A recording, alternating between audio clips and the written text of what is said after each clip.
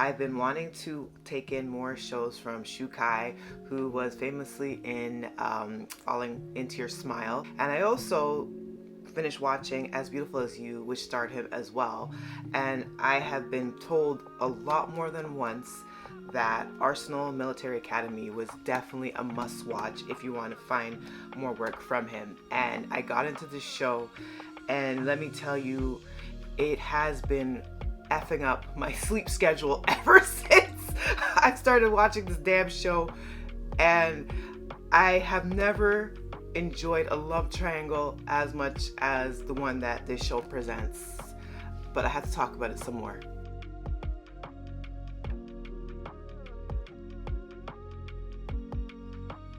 Hi, I'm Monique. I am the host of Off by Purple Heart podcast, where I talk to you about K-dramas, C-dramas, BTS, and whatever else I want. Arsenal Military Academy is so much fun. I have watched several episodes. As I mentioned in my opening, this show has been steadily screwing up my night schedule. Let me tell you, this show, if you're going to get into it because you're interested in Kai or you're a Bai Lu fan, let me just tell you, like, right off the rip, do not start watching it late at night because you will be up until like 3 a.m. But just to get into it a little bit more, Arsenal Military Academy is set in basically early 20th century China.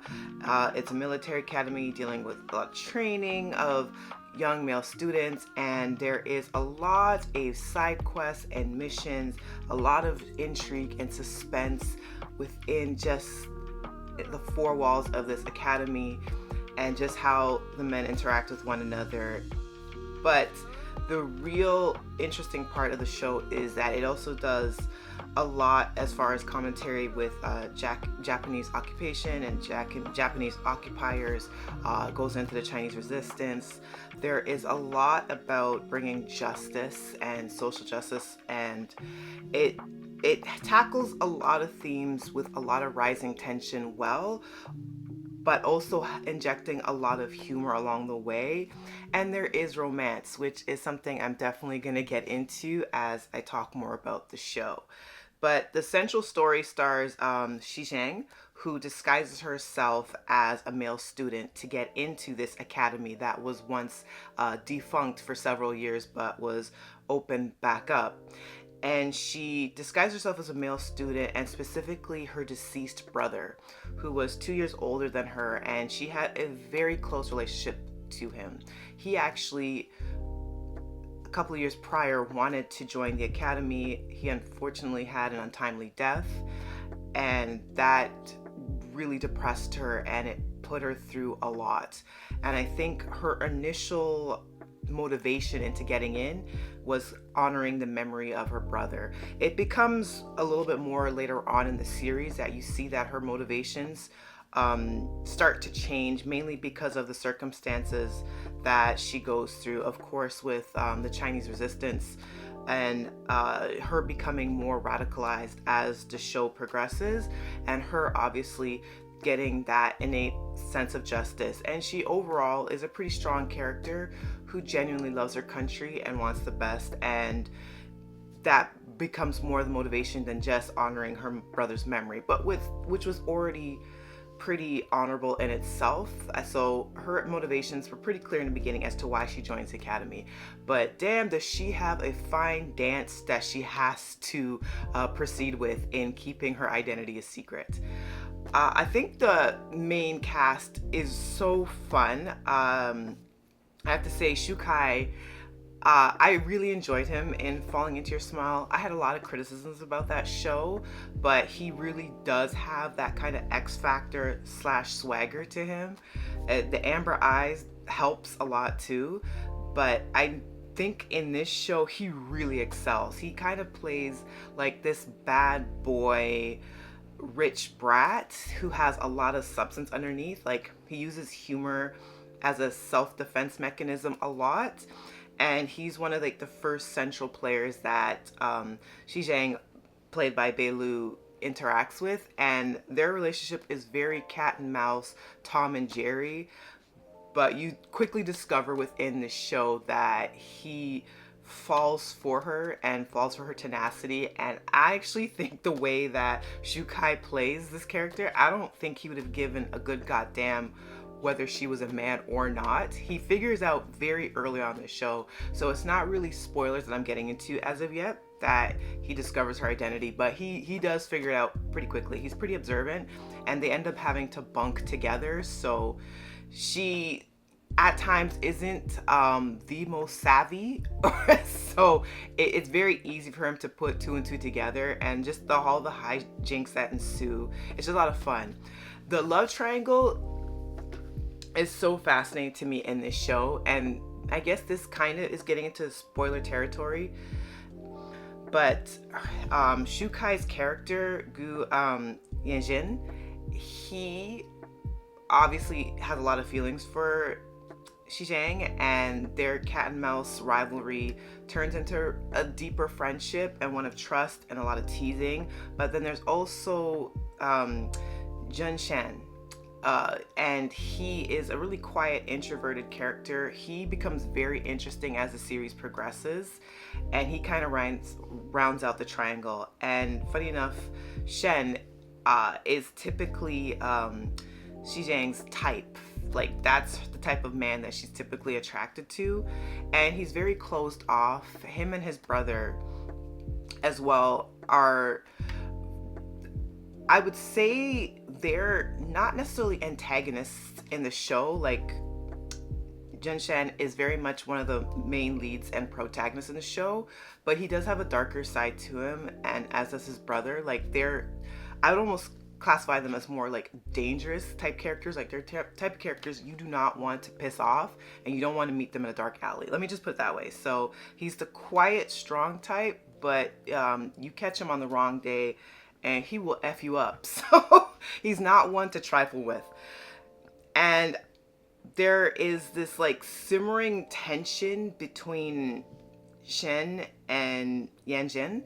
Like, they both pick up on the fact that there is interest on both sides towards Xizhang, and it is so interesting watching the relationships kind of fall into place, because she has really strong feelings for Shen, like really, really strong. You can tell that she really likes him, she really respects and admires him, and he actually saves her life multiple times in this show. Like, the stakes in the show get high very, very quickly, and there's a lot of missions that the students are placed in because they are training to be soldiers, and there is enough that is going on with the Japanese occupiers in the show that there's a lot of tensions that rise in the academy, and they're often sent off of missions where they could very well lose their lives. So it's not just about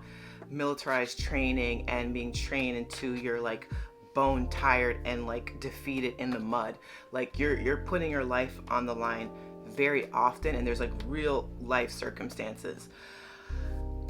So he ends up saving her life multiple times, and you get the sense that he picks up early on that there's something different about her, but he can't quite piece together that she's a man. But it does become revealed later on, and the way he finds out is really funny, and it becomes this thing where he knows who she is, and she isn't aware that he knows her true identity, and then it really becomes this little game of interplay between the two of them. And then there's Yanjin on the side, who is extremely jealous and is extremely observant and knows her feelings, and it's still very unclear. Like, the show obviously positions Shukai as the main lead along with Bai Lu, but the way that the triangle is playing out,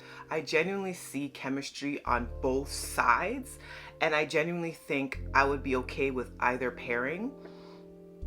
And I'm one of the few that actually, and maybe I'm not one of the few, maybe I'm in the majority, I don't know the fandom of this show. I just know that this show is very highly regarded.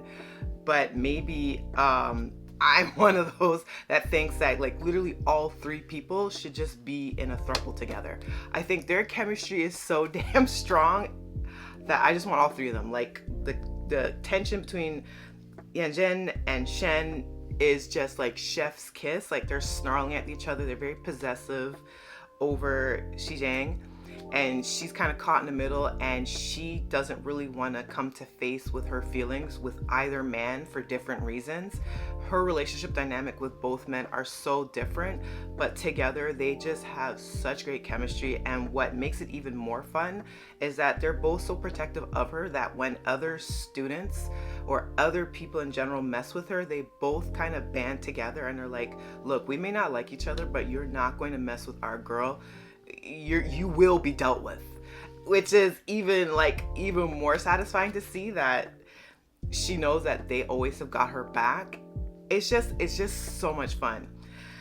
The part of the show that kind of gets me a little irked though is that the love triangle becomes like a love square. So there's another lead character as well, Main Ting, and she is in love with Yanjin, and she knows it. And the show has like a 48 episode count, and I'm about 36 episodes into this, and the back and forth between her and Yanjin in general, because she's so deeply in love with him. They've known each other, I think, from childhood, but he just does not see her that way at all. But he has no problem teasing her and flirting with her, but he absolutely falls head over heels in love with Xizhang, and it bothers Main Ting to no end. And the fact that we're 36 episodes into this and she still has such strong, heavy feelings for him, even though she does have a male suitor that really loves her, who is the other half